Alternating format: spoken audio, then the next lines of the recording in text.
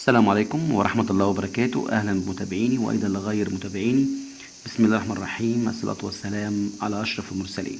أما بعد، في هذه المحاضرة إن شاء الله أشرح لحضراتكم dialogue أو conversation، محادثة بين boy number 1 و boy number 2. طبعا boy يعني ولد.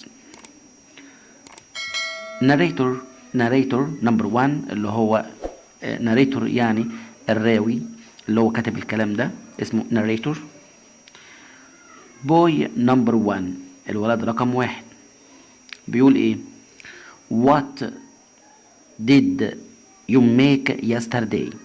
يبقى boy number 1 بيقول boy number 2 what did you make yesterday، يعني ماذا فعلت امبارح او بالامس. نلاحظ طبعا يا شطار السؤال في صيغة الفورم الباست فورم في صيغة الماضي، لأنه طبعا هنا الهيلب فيرب الفعل المساعد did في صيغة الباست الماضي. did طبعا ده اسمه هيلب فيرب فعل مساعد. did هنا وظيفته هيلب فيرب فعل مساعد. إذا السؤال في صيغة الباست الماضي، إذا لازم تكون الإجابة في صيغة الباست أيضا. boy number 2 الولد رقم 2 قال له I made a model train. I made a model train يعني أنا صنعت قطار أو قطر موديل يعني نموذجي. narrator number 2 boy number 1 what did Amal and Tamer do، يعني ماذا فعلوا أمال، واحدة اسمها أمال and تامر وتامر do، عملوا ايه أمال وتامر do، عملوا ايه؟ برضو أيضا السؤال هنا في صيغة الباست في صيغة الماضي. لماذا؟ عشان الهيلب فيرب الفعل المساعد موجود عندنا قدامنا did، وطبعا did ده في صيغة الباست صيغة الماضي. إذا الإجابة لابد أن تكون في صيغة الباست الماضي. girl يعني البنت. they made a clock.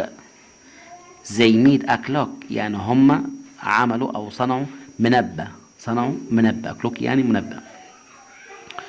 narrator number 3 الراوي أو الكاتب الكلام ده number 3 what did Susie make. what did Susie make يعني ماذا فعلت سوزي، سوزي عملت ايه. طبعا girl number 1 هي اللي بتقول الكلام ده. boy number 2 الولد رقم 2 she made هي صنعت a cake. she made a cake عملت كيكة، فعلت كيكة أو صنعت كيكة. برضو نلاحظ ان شطار الإجابة الأنسر في صيغة الباست الماضي. narrator number 4 الراوي اللي كتب الكلام ده رقم 4 boy number 2 الولد رقم 2 what did تامر do yesterday، بيقول له ماذا فعل تامر امبارح، عمل ايه امبارح. girl number 2 البنت رقم 2 he made a helicopter. he made a helicopter يعني هو عمل أو هو صنع طيارة هليكوبتر. طبعا دي آلة نكرة تأتي مع الاسم الذي يبدأ بحرف ساكن إذا ده دايلوج حوار كملته لحضراتكم بشكل واضح وبشكل مفسر. ان شاء الله بامر الله معايا سوف تجدوا كل التحسن ان شاء الله.